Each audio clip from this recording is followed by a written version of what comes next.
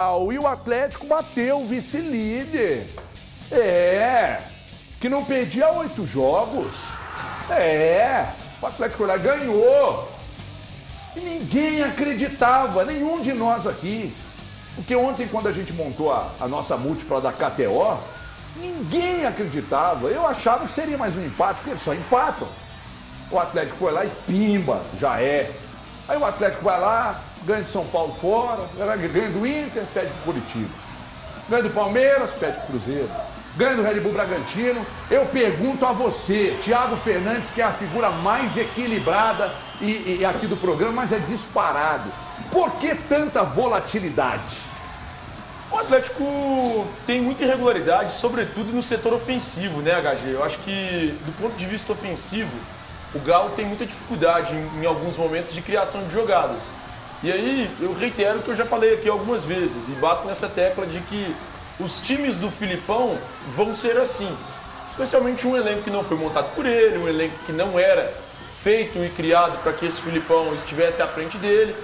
Então, o Atlético é muito irregular do ponto de vista ofensivo. Eu já consigo enxergar uma regularidade do ponto de vista defensivo. É um time que marca muito bem. Não à toa, eu não sei se ainda está nessa posição, mas até pouco tempo era a terceira melhor defesa do campeonato.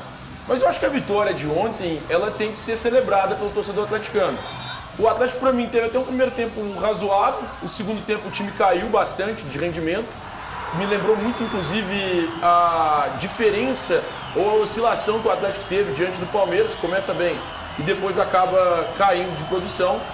Mas eu acho que é um feito que deve ser celebrado, porque esse Red Bull Bragantino não sabia o que era perder em casa desde o dia 29 de abril passado, quando o Red Bull Bragantino tomou 3-0 pro Cruzeiro. De lá pra cá, 11 vitórias e 6 empates. Nós estamos falando de 17 jogos. Esse time não sabia o que era perder no Nabi Abichedin, em Bragança Paulista, há 17 jogos. E aí o Galo foi lá e conseguiu uma vitória. Abriu o 2-0, já ali pra mim tinha matado o jogo, garantido uma vitória. Então assim, eu honestamente não vou aqui caçar pelo em ovo e trazer problemas de uma vitória tão consistente e importante pro time. Eu vou dizer pra você porque uma aí coisa. é resultadismo.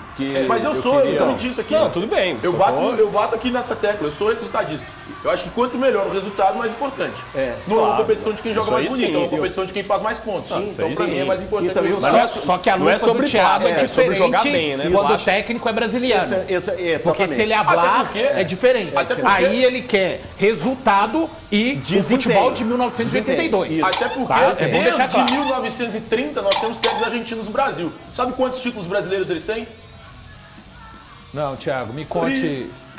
Thiago Oswaldo Souza, o homem dos números. Vou deixar essa título brasileiro. Cara, eu nem sei por que ele puxou esse assunto aí, que não tem nada, ele que não tem nada. É porque ele sente, é porque ele sente. O simples, foi ele que falou comigo, não fui eu que falei. Peraí, eu só discordei. Peraí, o que o Valu falou... Traduz aí, por favor. O que o Tecla Valu sabe, falou pessoal. foi que você sempre vai contra quem habla, que tem que ter resultado e desempenho. Agora, o Filipão, que você fica com ele debaixo do braço, que você coloca ele no colinho e passa a mão na cabeça, esse... Eu quero título. Você pode ter aí um péssimo futebol, oscila entre um bom e um ruim, que vai lá na frente.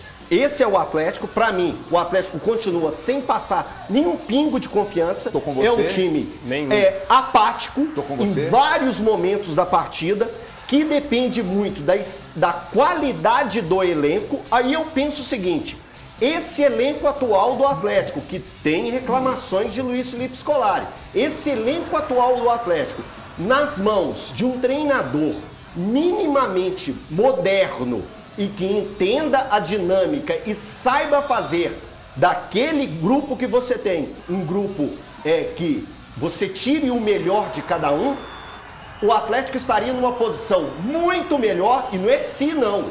Eu garanto que esse time do Atlético, nas mãos de um treinador um pouquinho mais moderno, e a gente pode citar alguns nomes dentro do futebol brasileiro, por favor. Voivoda, que habla, Caixinha. Voivoda, Caixinha, que fala como português de Portugal, Thiago Carpini, Thiago Carpini, que é jovem. deles. Então, Não, eu só citei 3, pra gente não ficar prolongando muito isso. Essa questão que é uma opinião minha. Eu acredito muito que esse time do Atlético, esse mesmo elenco do Atlético, o mesmo, na mão de um outro treinador, o Atlético teria uma tranquilidade maior para vencer jogos e estaria numa posição da tabela muito superior.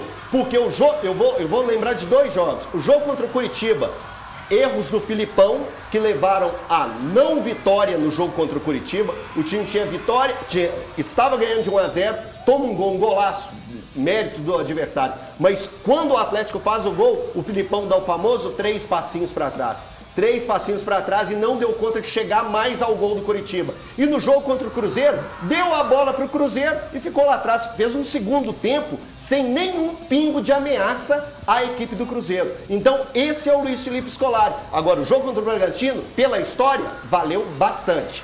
Muito. E pelos pontos também. Agora, pelo futebol, Filipão deve bastante. E vou dizer mais, tá? Depois dos 2-0, sentou em cima do resultado, mexeu, chamou o Red Bull Bragantino para cima e quase sofre o empate. Se sofre o empate, hoje estaria pagando caro. Aí é a questão do bestial ou do besta.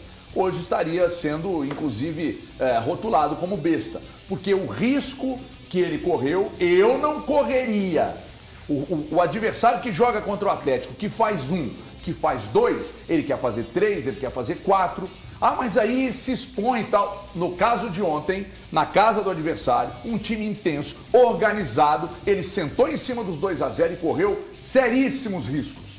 E outra coisa, não sei se foi você que colocou no grupo aí, irmão, não sei se foi você que colocou no grupo ontem, que eu acho que foi a penúltima ou a última resposta dele, quando ele falou que... Foi você, né, Dólar? Da questão do elenco não ser muito afeito ao modelo dele, né? Mais ao modelo do Cudê e tal. É o risco de um clube que tem o Cudê, que demite o Cudê, merecidamente, e traz um técnico para tapar o buraco, para apagar incêndio, para ser o cara do vestiário, e nisso aí o Filipão resolveu o problema. Aí a tacada de Messi, irmão, resolveu mesmo, o vestiário tá uma delícia. Mas aí está o risco, aí está o risco. O que eu estou dizendo aqui vale também para o Cruzeiro. Você traz para resolver o problema, mas você não traz, você não tem ideia nenhuma não, gente. Esse negócio de não, o clube implantou uma ideia, isso é papo furado. Quando a coisa aperta, os caras querem, sabe o quê?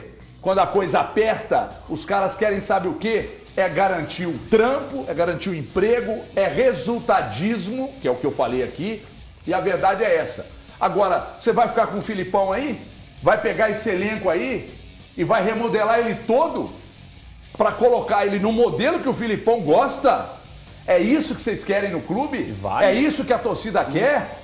Fazer 1-0 e meter a bunda na parede? Fazer 2 e meter zagueiros em campo? O que me chama a atenção é que jogadores que não têm regularidade, né? Por exemplo, o Hever, ele ter entrado, chamou muita atenção.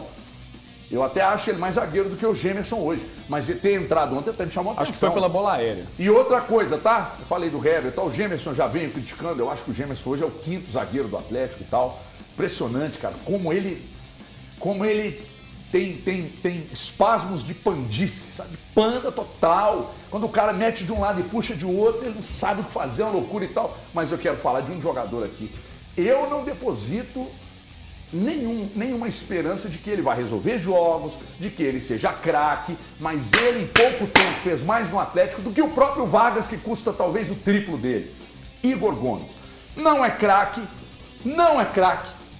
mas é um cara que entra em campo e tenta entregar o máximo dele.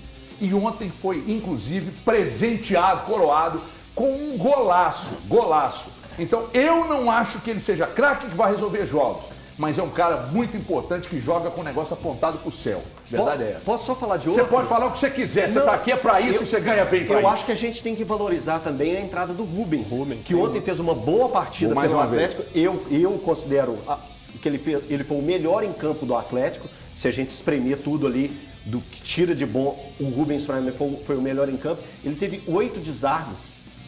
Não fez nenhuma falta. É o líder de desarmes, irmão. Recebeu 3 faltas. Ele sempre tem essa característica. E esses pontinhos são... Cara, 8 desarmes no jogo, só vindo dele, é algo que ele propôs ao Atlético. Ele fez algo ao Atlético. Então, esse jogador Tá aí, mais um que por muitas rodadas a gente não viu ter grandes possibilidades, ontem apareceu entre os titulares. Então isso a gente tem que valorizar. Então quando tem que valorizar algo, que a gente esteja aqui para valorizar. E o Rubens merece um espaço. Então me diga em rápidas palavras. Aliás, vou perguntar a você que você está falando muito pouco, hoje você está meio entupido. O Valu estava precisando falar. Não vou passar a palavra. Agressivo, pessimista. Aqui, ele plantou até bananeira.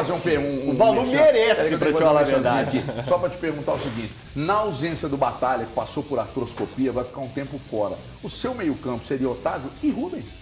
À frente da defesa. Mas o Rubens como então, volante? Aí eu, por exemplo, é depois do Mexão ou agora? Função. Não, pode responder agora. Acho que não. Acho que não? Não. Como volante não. Mas é algo para ser time testado. titular um pouco mais adiantado? É interessante usar ele na esquerda também quando for utilizado. Também. Vamos falar disso daqui a pouco mais e mais e mais, mas atenção, atenção. Você